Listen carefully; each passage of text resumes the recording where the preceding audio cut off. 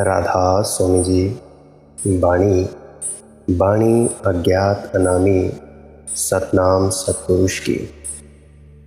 आज के सत्संग का विषय है, क्या संतमत समर्पण का ही दूसरा नाम है? क्या समर्पण कर देना ही संतमत है, या हम इसे सहजयोग भी कह सकते हैं? क्या सहजयोग या संतमत एक ही चीज़ें हैं?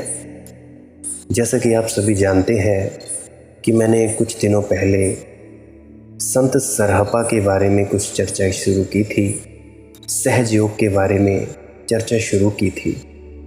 तो एक और प्रश्न आया है कि सिद्ध सरहपा का सहजयोग और जैन का क्षणबोध क्या अन्य है या अनन्य है? तो चलिए इसी संदर्भ में आज की सत्संग वीडियो आरंभ करते हैं। गुरु प्यारी साध संगत जी, जैसे एक वृक्ष से वृक्ष पैदा हो अनेक शाखाओं वाला और उस पर अनंत फूल लगे, ऐसे ही एक बुद्ध के बीज से बड़ा बोधि वृक्ष पैदा होता है। बहुत शाखाएं, बहुत पत्ते, बहुत फूल, बहुत फल।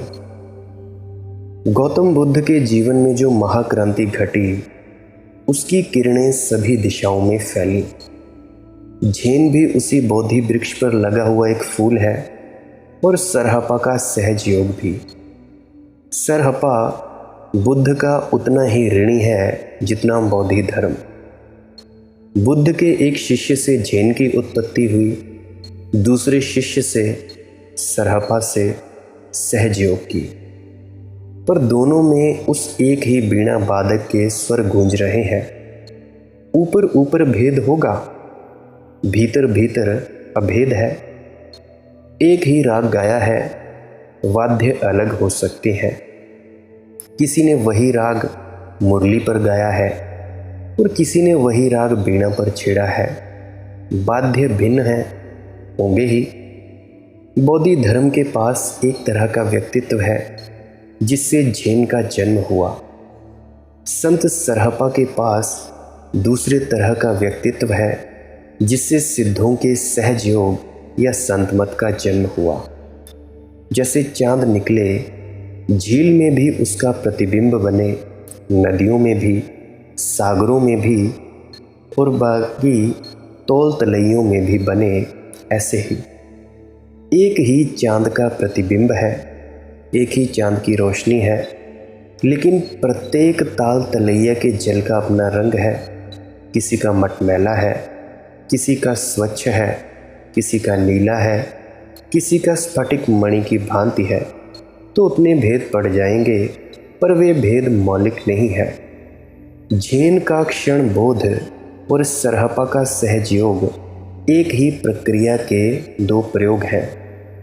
दोनों को ठीक से समझ लोगे तो अभेद दिखाई पड़ जाएगा। और सच तो यह है, अगर ठीक से समझोगे तो अभेद ही अभेद है। फिर बुद्ध के दो शिष्यों में ही नहीं, बुद्ध और महावीर में भी अभेद है। यद्यपि वे अलग अलग परंपराओं के दिए हैं, मगर दिए कितने ही अलग कुम्हारों ने क्यों न बनाए हो, उनकी ज्योति तो एक ही होगी।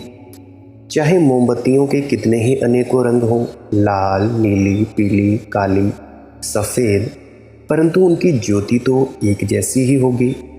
और गहराई से समझोगे तो फिर बुद्ध, महावीर, मूसा, मोहम्मद, जरथुस्त्र, लाओत्सु, इनमें भी अभेद पाओगे। क्योंकि मिट्टी किसी देश की हो, दिए को बनाने वाला कारीगर अलग हो, तेल भिन्न भिन्न भरे हों, बातियों का ढंग अलग अलग हो, मगर ज्योति तो एक ही होगी। अंधेरे को तोड़ना उसका गुणधर्म होगा। जैसे ही तुम्हारी गहराई बढ़ेगी, वैसे वैसे अभेद दिखाई पड़ेगा। भेद तो उथलेपन का लक्षण है। जैसे तुम सभी बाहर समुद्र में उठती हुई लहरों में भेद देखते हो। जब तक तुम्हें भेद दिखाई पड़े तब तक समझना कि अभी समझ नहीं आई। जब एक ही स्वर गूंजता हुआ मालूम होने लगे, एक ही ओंकार, फिर चाहे बुद्ध हो, चाहे महावीर, चाहे जरथुस्त्र, ज़रा भी भेद न दिखाई पड़े, शब्द भिन्न, ढंग भिन्न, लेकिन भीतर का नाद एक। तभी जानना समझ का जन्म हुआ।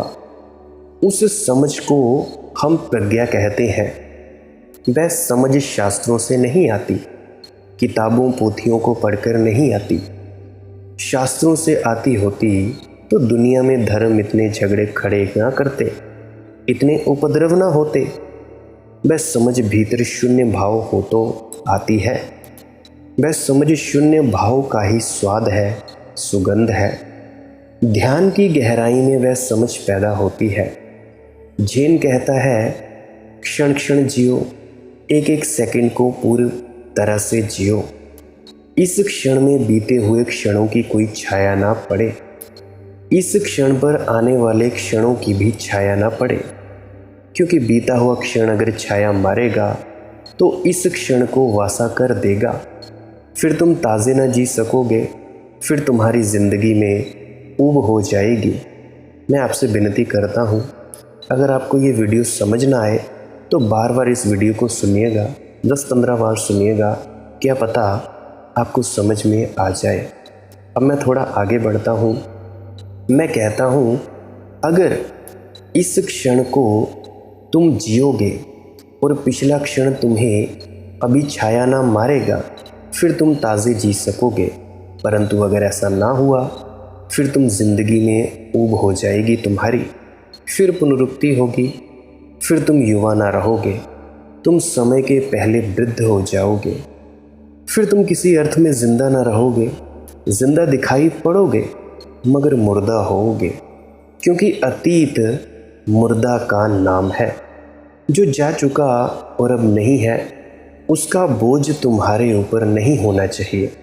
जो क्षण बीत गया सो बीत गया, उसे बीत ही जाने दो, उसकी धूल इकट्ठी मत करो। नहीं तो चित्त का दर्पण धूल से भर गया तो फिर जो मौजूद है उसकी प्रतिछवि न बना सकेगा, और फिर तुम जो भी करोगे वह प्रतिक्रिया होगी, वह अतीत से आच्छादित होगी। फिर तुम जो भी करोगे उसमें चूक होगी, क्योंकि वह वर्तमान का उत्तर नहीं होगा। उसमें पूछा कुछ जाएगा, कहोगे कुछ, परिस्थिति कुछ होगी, प्रत्युत्तर कुछ होगा, क्योंकि प्रत्युत्तर आएगा अतीत से। वे परिस्थितियां जा चुकी हैं, अब तो हर क्षण नई परिस्थिति है। जैसे शीशे के सामने से कोई गुजरा और शीशा उसकी तस्वीर पकड़ ले, आदमी तो गया लेकिन तस्वीर पकड़ गई। फिर कोई और गुजरा, उसकी भी तस्वीर पकड़ ले। ऐसे तस्वीरें पकड़ता जाए तो जल्दी ही वह घड़ी आ जाएगी कि दर्पण इतना तस्वीरों से भर जाएगा कि फिर नई तस्वीरें न बन सकेंगी, और बनेंगी भी तो विकृत हो जाएंगी।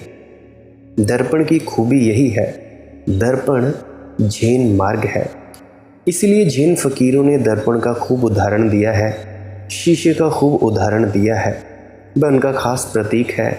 जो आया दर्पण झलका देता है, जो गया गया, दर्पण फिर खाली का खाली, ताकि फिर जो सामने आएगा उसे पूरा झलका सके।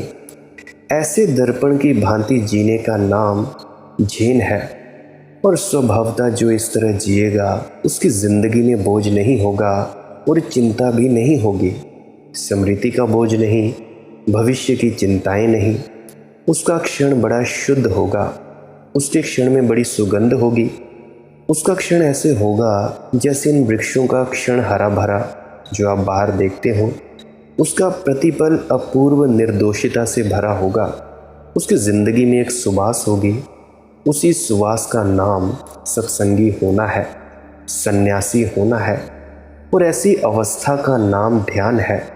उस व्यक्ति को ध्यान करने बैठना नहीं पड़ेगा, वह ध्यान में ही उठेगा, ध्यान में ही बैठेगा, ध्यान में ही चलेगा, ध्यान में बोलेगा, ध्यान में चुप होगा, ध्यान में सोएगा। ध्यान ही होगा उसका बिछोना, और ध्यान ही होगी उसकी ओढ़नी, ध्यान ही होगा उसका छप्पर, ध्यान ही होगा उसका भोजन, ध्यान ही उसकी जीवनचर्या होगी। ऐसा समाधिस्थ पुरुष बुद्धत्व को उपलब्ध हो जाता है। सरहपा का सहज योग भी इसी बात को कहने का दूसरा ढंग है। यह संत मत भी इसी बातों को कहने का दूसरा ढंग है। सहज योग का अर्थ होता है कृत्रिम ना हो जाओ, स्वाभाविक रहो, अपने ऊपर आदर्श मत ओढ़ो। आदर्श पखंड लाते हैं। आदर्शों के कारण विकृति पैदा होती है, क्योंकि कुछ तुम होते हो, कुछ तुम होने की चेष्टा करते हो, जिससे तनाव पैदा हो जाता है। फिर तुम जो हो वह दब जाता है। उसमें जो तुम होना चाहते हो, इसी का नाम पाखंड है। सरहपा कहते हैं, तुम जैसे ही वैसे ही जियो, जैसे हो वैसा तो जीना पड़ेगा। ज़रा सोचो, ज़रा इस पर ध्यान करो। तुम जैसे हो वैसे ही जियो, जो परिणाम हो। धोखा ना दो, अपने को अन्य मत बतलाओ। अगर झूठ बोलते हो तो कह दो कि मैं झूठा हूँ, और भाई मेरे, मुझसे सावधान रहना, मैं झूठ बोलता हूँ। झूठ ही मेरी चर्या है, इसलिए कोई मेरा भरोसा ना करे। कोई भरोसा करे तो उसकी जोखिम वह जाने, मैं झूठ बोलता हूँ। ज़रा सोचते हो, ऐसा जो आदमी कह सके, क्या वह सच्चा नहीं हो गया? इस कहने में ही सच्चा हो गया। इससे बड़ी और सच्चाई क्या होगी कि चोर आकर तुमसे कह जाए कि रात ज़रा सावधान रहना, कि मेरी नज़र तुम्हारी तिजोरी पर लगी है, कि मैं आदमी चोर हूँ, कि मैं आदमी भला नहीं हूँ, कि मैं लाख दोस्ती बनाऊँ, तुम सचेत रहना। ऐसा चोर चोर है, ऐसा चोर साधु हो गया। इस चोर ने अपनी स्वाभाविकता को उद्घोषित कर दिया। इस चोर ने अपनी निजता को प्रकट कर दिया। अब यह असाधु कैसे हो सकता है? इसका पाखंड ना रहा। फिर एक आदमी है जो दावा तो सच बोलने का करता है और आड़ में झूठ बोलता है, जो दावा तो सज्जन होने का करता है पर आड़ में दुर्जन बना फिरता है, जो दावा तो सत्संगी होने का करता है पर आड़ में सत्संगी से भी गई बीती बातें करता है, एक दुष्कर व्यक्ति से भी गई बीती बातें करता है और आचरण करता है। तो देखो, कुछ लोग दावे करते हैं सच बोलने का, आड़ में झूठ बोलते हैं। जिनको भी झूठ बोलना है, उन्हें सच बोलने का दावा करना होता है, नहीं तो उनका झूठ मानेगा कौन? इसीलिए झूठ बोलने वाला बार बार दोहराता है कि मैं सच कह रहा हूँ, मैं बिल्कुल सच कह रहा हूँ, मैं कसम खाकर कहता हूँ कि सच कह रहा हूँ। जब भी कोई आदमी बहुत कसम खाने लगे कि मैं सच कह रहा हूँ, तो सावधान, क्योंकि ये झूठे आदमी के लक्षण हैं। ईसाइयों का एक छोटा सा समूह है क्वेकर। वे अदालत में कस्में नहीं खाते। उन पर कई मुकदमे चले हैं, सजाएं काटे उन्होंने, लेकिन अदालत में वे कस्में नहीं खाते।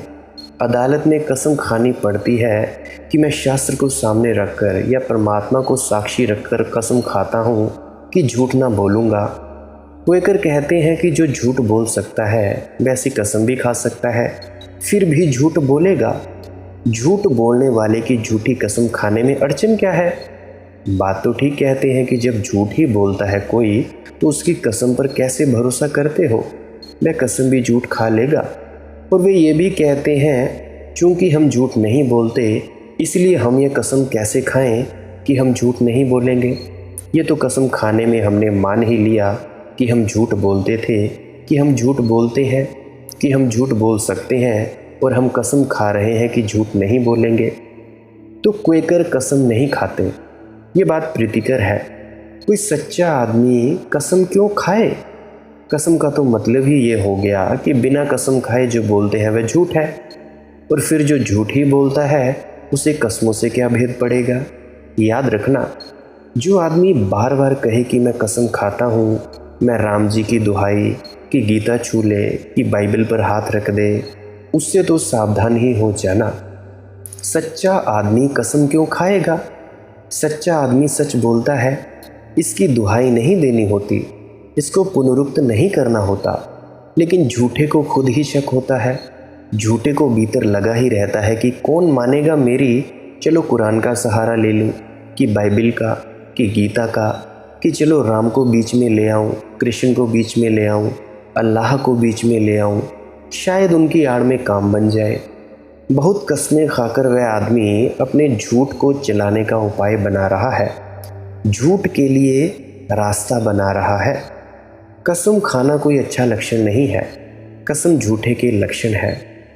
तो जो आदमी जैसा है वैसा ही अपने को घोषित कर दे, रत्ती भर इंच भर अन्यथा न करे, इसका नाम है सहज योग। तुम थोड़ा ध्यान करो इस बात पर। इस आदमी के जीवन में कोई जटिलता ना रह जाएगी। जटिलता का कोई कारण ही ना रहा। झूठ जटिलता पैदा करवाता है। और झूठ से मेरा मतलब बोलने वाले झूठ से नहीं है।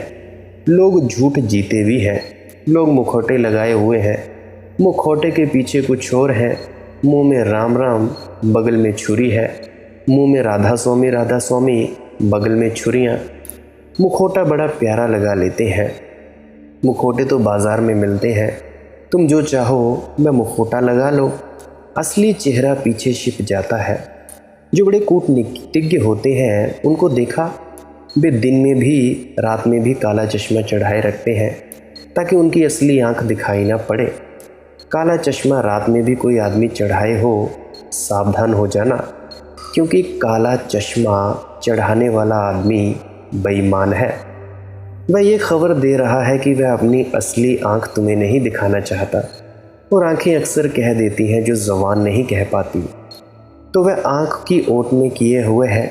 बेईमान आदमी आंख में आंख डालकर भी नहीं देखता, यहाँ वहाँ देखता है। उसे डर लगता है कि आंख कहीं कह ही ना दे। आंख कह देती है। अब तो वैज्ञानिकों ने ऐसे उपाय खोजे हैं कि तुम हैरान हो जाओगे। जैसे एक आदमी कहता है कि मुझे स्त्रियों में कोई रस नहीं है, मैं तो ब्रह्मचारी हूँ, मुझे स्त्रियों में कोई भाव ही नहीं उठता। अब वैज्ञानिकों ने उपाय खोजे हैं। एक 10 तस्वीरें उसे पकड़ा देते हैं। उनमें एक तस्वीर कार की है, एक मकान की है, एक नदी की है, पहाड़ की है। फिर एक तस्वीर आती है नग्न स्त्री की, और पूरे वक्त उस आदमी की आंख यंत्र से जांची जा रही है। यंत्र उसकी आंख की तस्वीरें ले रहा है। जैसे ही नग्न स्त्री पर आंख आती है, आंख के सामने नग्न स्त्री की तस्वीर आती है, तो उस वक्त क्या होता है? उस आदमी की आंखें एकदम फैल जाती हैं। जो कहता है कि मुझे कोई रस नहीं है, उसकी पुतलियां बड़ी हो जाती हैं। तुमने देखा ना, जब तुम धूप में जाते हो पुतलियां छोटी हो जाती हैं, और जब तुम छाया में आते हो पुतलियां बड़ी हो जाती हैं। तुम आईने में देख सकते हो। धूप में से आकर एकदम आईने के सामने खड़े हो जाओ, तुम पाओगे तुम्हारी पुतली बड़ी छोटी है। फिर धीरे धीरे बड़ी होगी, फिर बड़ी होगी। जैसे अंधेरा बढ़ेगा वैसे बड़ी होगी। मतलब ये है कि जब रोशनी ज़्यादा होती है तो पुतली छोटी हो जाती है, क्योंकि उतनी रोशनी भीतर लेना उचित नहीं है, घातक है। और जब अंधेरा होता है तो पुतली बड़ी हो जाती है, क्योंकि अंधेरा काफ़ी है। पुतली बड़ी होगी तो तुम देख पाओगे। जैसे कमरे से कोई तस्वीर उतारता है, अंधेरे में उतारता है तो लेंस को ज़्यादा देर खुली रखता है, रोशनी में उतारता है तो कम देर। जब नग्न स्त्री की तस्वीर तुम्हारे सामने आती है, तुम देखने को इतने उत्सुक हो जाते हो कि अनजाने में तुम्हारी पुतली बड़ी हो जाती है। तुम चाहते हो कि पूरा का पूरा हड़प जाओ। अब लाख तुम कहते रहो कि तुम ब्रह्मचारी हो, मगर आंख बता देगी कि तुम हो या नहीं। तुम्हारे कहने से कुछ भी ना होगा। इस छोटी सी कसौटी पर तुम्हारे कितने साधु और कितने ब्रह्मचारी उतर पाएंगे। और मज़ा ऐसा है कि इस आंख पर तुम्हारा कोई वश नहीं है। पुतली तुम्हारे नियंत्रण में नहीं है कि जब तुम चाहो बड़ा कर लो, जब चाहो छोटा कर लो। इसलिए धोखा तो नहीं दे सकते। ज़बान तुम्हारे नियंत्रण में है। तुम कह सकते हो मैं ब्रह्मचारी हूँ, तुम कह सकते हो मैं राधा स्वामी हूँ, तुम कह सकते हो कि मैं फलाना स्वामी हूँ, लेकिन पुतली पर तुम्हारा कोई बस नहीं है। पुतली तुम्हारी इच्छा की सीमा के बाहर है। तुम जब चाहो तब छोटी, जब चाहो बड़ी ऐसा नहीं कर सकते। वह तो तुम्हारे भावावेग से चलती है, और भावावेग उठा कि तत्क्षण पुतली बड़ी हो जाएगी। इसीलिए तो तुम स्त्रियों को घूर घूर कर देखते हो। हमारा जो शब्द है लुच्चा, बहुत अच्छा शब्द है। लुच्चा का मतलब होता है घूर घूर कर देखने वाला। लुच्चा शब्द बचता है, बनता है लोचन से, आँख से। आलोचक शब्द भी उसी से बनता है। वह भी घूर घूर कर देखता है। इसीलिए उसको आलोचक कहते हैं। लुच्चा भी घूर घूर कर देखता है, इसीलिए उसको लुच्चा कहते हैं। लेकिन घूर घूर कर देखने तुम चाहो तो बचा भी सकते हो। तुम अपनी गर्दन मोड़ लो, सुंदर स्त्री पास से जा रही हो, तुम गर्दन मोड़ लो, मगर गर्दन मोड़ने से कुछ ना होगा। पुतली तो कह जाएगी, पुतली तो बता जाएगी आँख की, पुतली तो खबर दे देगी। बेईमान आदमी आँख से आँख नहीं मिलाता, इधर उधर देखता है, नीचे ऊपर देखता है, कहीं कहीं देखता है, बात करता है कहीं, देखता कहीं है। और जो बड़े बेईमान हैं, राजनीतिज्ञ हैं, कूटनीतिज्ञ हैं, वे काला चश्मा चढ़ा लेते हैं कि झंझट ही ना रही। वे तो तुम्हारी आंख देखते रहेंगे और तुम्हें उनकी आंख देखने का उपाय ना रहा तो पता ना चल सकेगा कि उनकी असलियत क्या है। वे जो कहेंगे उसी पर भरोसा करना होगा। तो सहज योग का अर्थ होता है मत करो जटिल, मत करो मुश्किल, मत बनो झूठ, क्योंकि तुम जितने झूठ हो जाओगे उतने ही दुखी हो जाओगे। झूठ दुख लाता है, क्योंकि झूठ के कारण तुम्हारा संबंध सत्य से छूटने लगता है, टूटने लगता है। यह अस्तित्व सत्य है, इसके साथ सत्य हो जाओ तो तुम्हारा संगीत जुड़ जाए, तो तुम्हारी सरगम बैठ जाए। देखो, सत्य से मेरा मतलब क्या है। अगर तुम चोर हो तो तुम मान लो कि मैं चोर हूँ। अगर तुम व्यभिचारी हो, स्त्री परागमन करते हो, किसी पराइयों स्त्रियों के पास जाते हो, तो तुम मान लो कि हाँ भी मैं हूँ। अगर तुम बेईमान हो तो मान लो कि हाँ मैं हूँ। अगर तुम किसी का पैसा खाते हो, हाँ मान लो कि मैं हूँ। यह है सत्य, यह झूठ नहीं हुआ। अगर कोई चोर आकर तुमसे कह दे कि मैं चोर हूँ, तो मान लो। तो अगर वो मान लेगा कि मैं चोर हूँ तो वो सच्चा व्यक्ति है। और अगर तुम चोर हो और अगर किसी से कहो कि नहीं जी नहीं मैं नहीं हूँ, तो तुम झूठे हो। ऐसे ही यह अस्तित्व सत्य है, इसके साथ सत्य हो जाओ तो तुम्हारा संगीत जुड़ जाए, तो तुम्हारी सरगम बैठ जाए। तुम इसके साथ सत्य हो जाओ तो ही तुम्हारा छंद बैठेगा और तुम्हारे जीवन में नृत्य होगा, उत्सव होगा। इसके साथ तुम सत्य हो जाओ तो इसके साथ लीन हो जाओगे और उसी लीनता में समाधि है। और अगर तुम झूठ रहे तो तुम अलग थलग रहोगे। देखो, अस्तित्व का झूठ से कोई मिलन नहीं होता, ना हो सकता है, क्योंकि झूठ है ही नहीं। जो है ही नहीं उससे उसका मिलन कैसे हो जो है। दोनों में कोई तालमेल नहीं हो सकता। है का मिलन है से होगा, नहीं है का मिलन नहीं है से होगा। इसलिए जो आदमी एक झूठ बोलता है उसे फिर हजारों लाखों झूठ बोलने पड़ते हैं। अब एक झूठ को बचाने के लिए दूसरा झूठ बोलो, क्योंकि झूठ से सिर्फ झूठ ही बच सकता है। झूठ ही झूठ की सुरक्षा कर सकता है। फिर दूसरे झूठ के लिए और 10 झूठ बोलो और बोलते चले जाओ। कभी तुमने ख्याल किया एक झूठ बोलकर तुम कितनी मुश्किल में पड़ गए हो। फिर 24 घंटे ख्याल रखना पड़ता है कि वे एक झूठ बोले हैं, उसको बचाए रखना है, कहीं भूल चूक से निकल ना जाए, और निकल ही जाएगा। कितना बचाओगे, कब तक बचाओगे। दिन में ना निकलेगा तो रात में निकलेगा। लाला झंडूराम एक रात नींद में एकदम बोलने लगा, कमला कमला। पत्नी एकदम चौंक कर बैठ गई। पत्नियां तो दिन और रात होश में ही रहती हैं। उसने सुना कमला, संदेह तो उसे हो ही रहा था। संदेह तो पत्नियों को रहता ही है, उसके होने की ज़रूरत ही नहीं होती। तो अब इस चुड़ैल का नाम भी पता चल गया, कमला। उसी वक्त हिलाकर झंडूराम को उठाया, बोली, ये कमला कौन है। झंडूराम भी सजग हो गया। पति भी सजग रहते हैं। जैसे स्त्रियां संदेह से भरी रहती हैं, ऐसे ही पति सजग रहते हैं।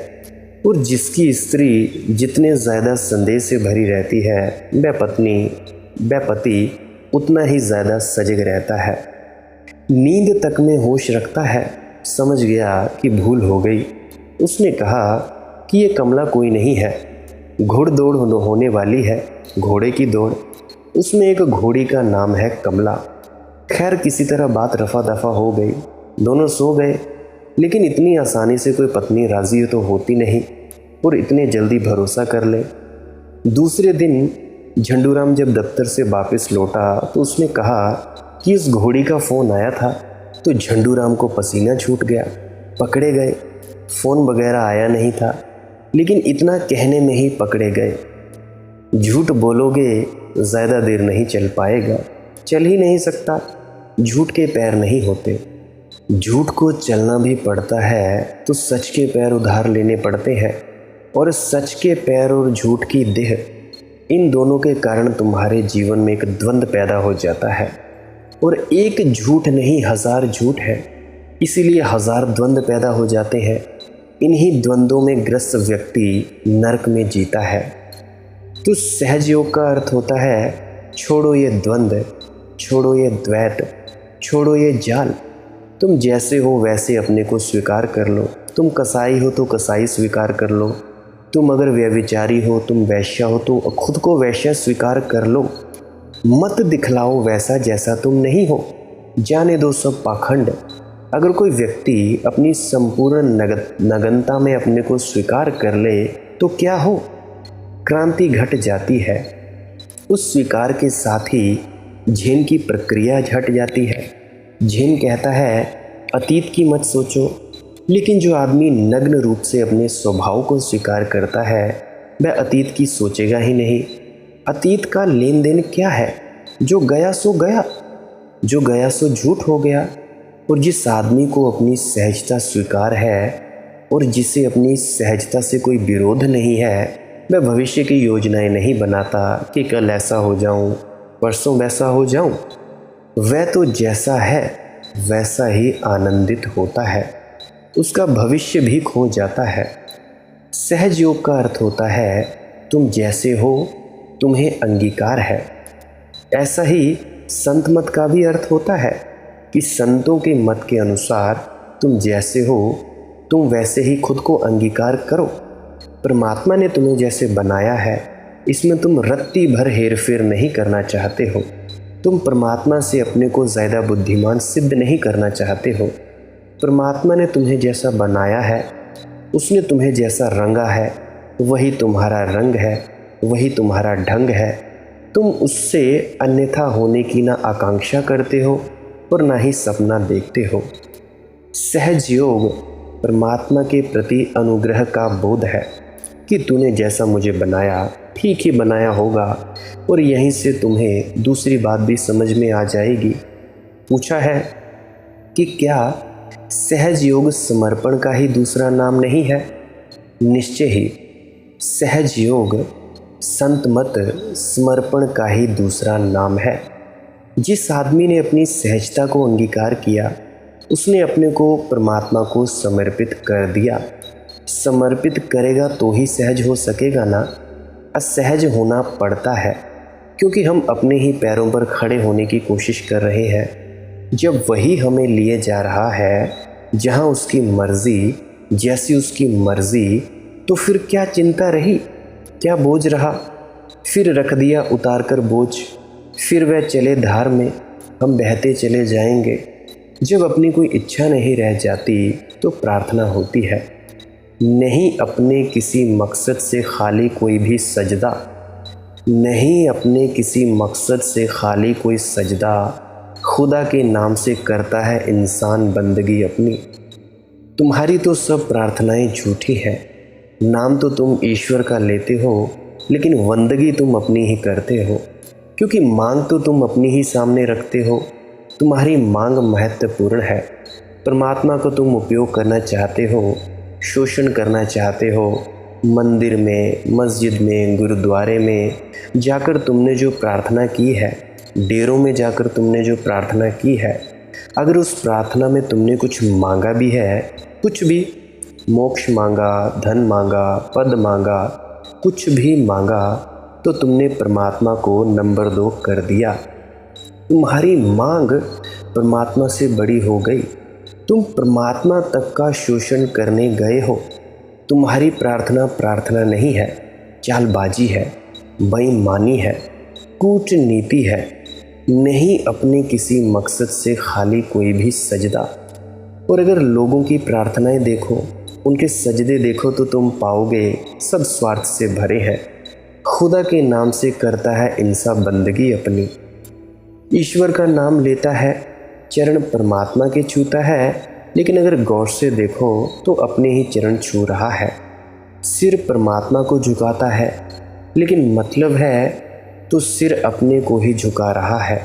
सच तो ये है, परमात्मा का सिर अपने चरणों में झुकाना चाहता है। कहता है, मैं जैसा कहूँ वैसा करो, मेरी मर्ज़ी से भिन्न ना हो, मेरी मर्ज़ी तुझसे ऊपर। तो ये परमात्मा का सिर अपने चरणों में झुका लेने जैसा हुआ। और इसको तुम प्रार्थना कहते हो, इसको तुम सजदा कहते हो, इसको तुम अरदास करना कहते हो, इसको तुम नमाज कहते हो। वशर के दिल में ना पड़ता जो आरज़ू का दाग, खुदा गवाह की अनमोल ये नंगी होता।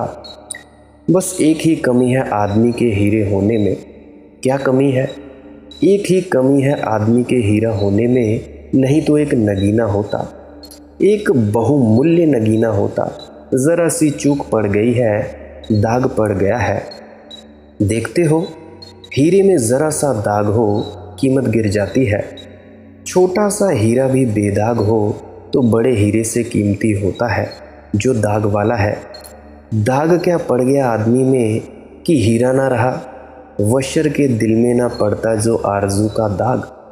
आदमी के दिल में अगर आकांक्षा का, इच्छा का, वासना का दाग ना पड़ता, खुदा गवाह की अनमोल ये नगी होता।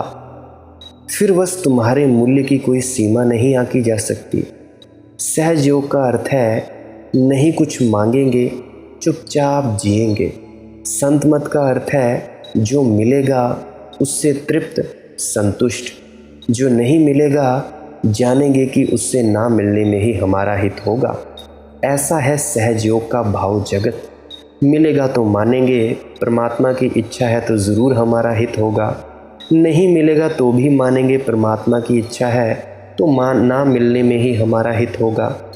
फूल मिलेगा तो स्वीकार, कांटा मिलेगा तो स्वीकार। स्वीकृति में भेद ना पड़ेगा।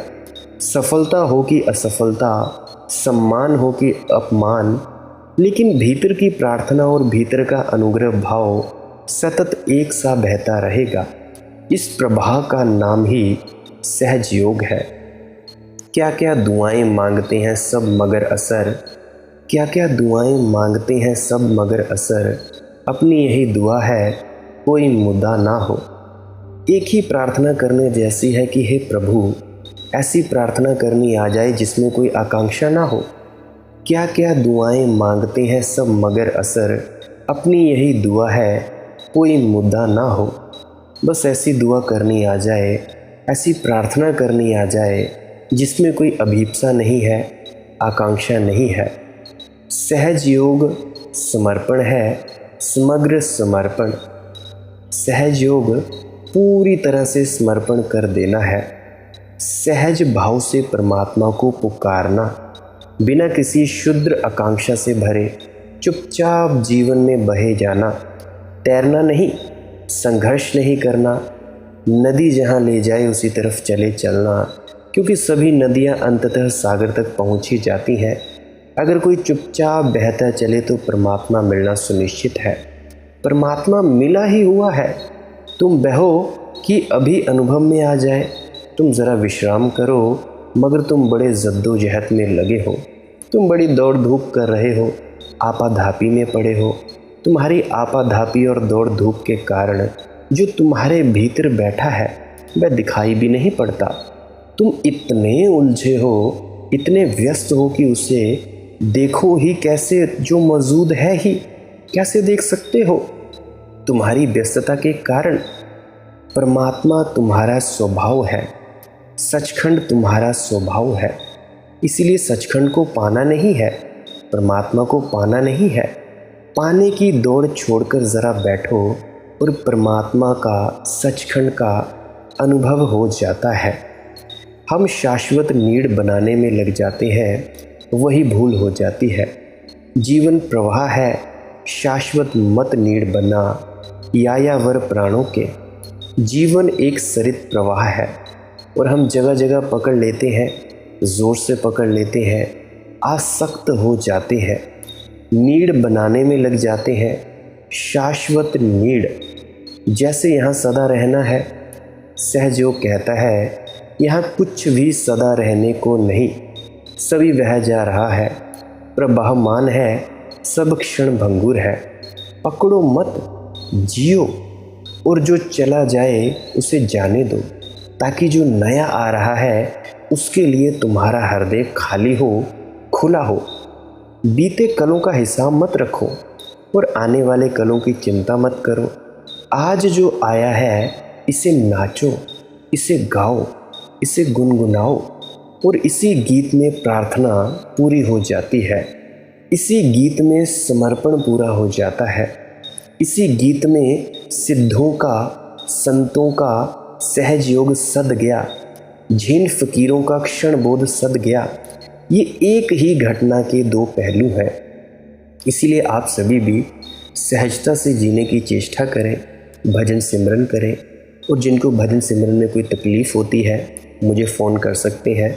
मेरा मोबाइल नंबर है 9825588872, 9882558872। वो कर सकते हैं जिनको कोई दिक्कत परेशानी है। अगर किसी को नामदान नहीं मिला है फिर भी कोई ध्यान करना चाहता है या उतरना चाहता है, फ़ोन कर सकता है। अगर कोई टेलीग्राम पे भी मुझे फॉलो करना चाहता है तो वहाँ पे मेरा हैंडल है मालिक की मौत सत्संग, वहाँ पे भी कर सकते हैं, इंस्टाग्राम पे भी कर सकते हैं, फेसबुक पे भी कर सकते हैं। और अगर आप जी को इस सत्संग वीडियो से थोड़ा सा भी कुछ सीखने को मिला है, कुछ जानने को मिला है, अगर आप जी का मन शांत हुआ है तो मेरी विनम्र प्रार्थना है इस वीडियो को अपने मित्रों तथा परिजनों तक ज़रूर साझा करें। अगर शांत हुआ है मन तब तो ज़रूर व्हाट्सएप स्टेटस में शेयर करें, इस लिंक को अपने मित्रों तक पहुंचाएं और किसी को मुंह से बोलें, ताकि क्या पता किसी भूले भटके को राह मिल जाए और किसी को शांति मिलनी शुरू हो जाए। तो मेरी प्रार्थना है हर घर में इस वीडियोस को पहुंचाएं, इस चैनल की वीडियोस को पहुंचाएं। मेरा क्या है, मैं बोलूँगा और मैं चला जाऊँगा, एक दिन फिर कोई वीडियो ना आएगी और मैं मर जाऊँगा, और तुम सब तब मेरी पुरानी वीडियोस को ही सुनोगे, पुरानी वीडियोस में ही आनंद मनाओगे। आज हूँ तो आज फ़ायदा ले लो, कल चला जाऊँगा तो फिर कौन है कौन नहीं है कौन जाने, ये तो परमात्मा ही जाने। मेरी प्रार्थना है कि कृपया शेयर ज़रूर कर दिया करें, घर घर तक इस मालिक की मौत सत्संग यूट्यूब चैनल को पहुँचा दीजिए। और अगर आप जी सब्सक्राइब करना चाहते हैं तो कर सकते हैं, अन्यथा डेली सर्च ज़रूर कर लिया करें मालिक की मौत सत्संग यूट्यूब पे जाकर। आप जी को जो भी नया सत्संग होगा मिल जाएगा। अगर कभी ना मिले तो पुराने सुन लीजिए करें। अगर सुबह 6 बजे से लेकर शाम के 6 बजे तक ना मिले तो सुन लिया करें, क्या पता उनमें किसी पुराने में आपके किसी प्रश्न का जवाब हो। अगर आप डेली 1 से 2 वीडियोज़ भी सुनेंगे इस चैनल पर तो आपकी ज़िंदगी तब्दील हो सकती है। शर्त एक है, एकांत में जाकर सुनिएगा। डेली कुछ भी नहीं करना है, आधा घंटा सुनना है। अगर किसी को भजन में बैठने में तकलीफ़ होती है, कुछ नहीं करना है, आधा घंटा वीडियो लगाएं, सुने, और आपको सुनने की कला पैदा हो जाएगी। देखो, असल बात तो शब्द धुन की ही है, अनाहत नाद की ही है, जो गूंज कान में सुनती है। अगर आप मुझ जैसे एक तुच्छ प्राणी की बात नहीं सुन सकते तो अनहद नाद तो परमात्मा का संगीत है, कैसे सुनोगे? तो शुरुआत यहाँ से कर सकते हो। इस तुच्छ व्यक्ति को जो मैं हूँ, आप मुझे सुनना शुरू कर सकते हो। आधा घंटा सुने, जब आदत लग जाए, जब अनहद नाद का रस ज़्यादा शुरू हो जाए तो मुझे सुनना बंद कर देना, इसमें कोई आपत्ति नहीं है। जिस दिन मेरी आवाज़ से ज़्यादा मधुर आवाज़ अनहद नाद की हो जाए, उस दिन इस चैनल की वीडियो सुनना बंद कर देना। मैं फिर से कहता हूँ, जिस दिन तुम्हारे भीतर का राग शुरू हो जाए, अनाहत नाद तुम्हें ज़्यादा अच्छी और मधुर सुननी शुरू हो जाए, मेरी आवाज़ से मेरी आवाज़ चुभने लगे, उस दिन इन वीडियोस को बंद कर देना और अपनी अनहद नाद की तरफ ही अग्रसर हो जाना, उसके पीछे ही चलना। क्योंकि हो सकता है कि उस वक्त मैं बाधा बनूं, तो मैं नहीं चाहता कि मैं बाधा बनूं। तो मेरी आपसे यही प्रार्थना है, ऐसा आप कर सकते हैं। अंत में आपके भीतर बैठे परमात्मा को प्रणाम करता हूँ। उससे पहले आपका बहुत बहुत धन्यवाद। आप मुझे इतना वक्त देते हैं, सुनते हैं, मेरा प्रणाम स्वीकार करें। राधा स्वामी जी।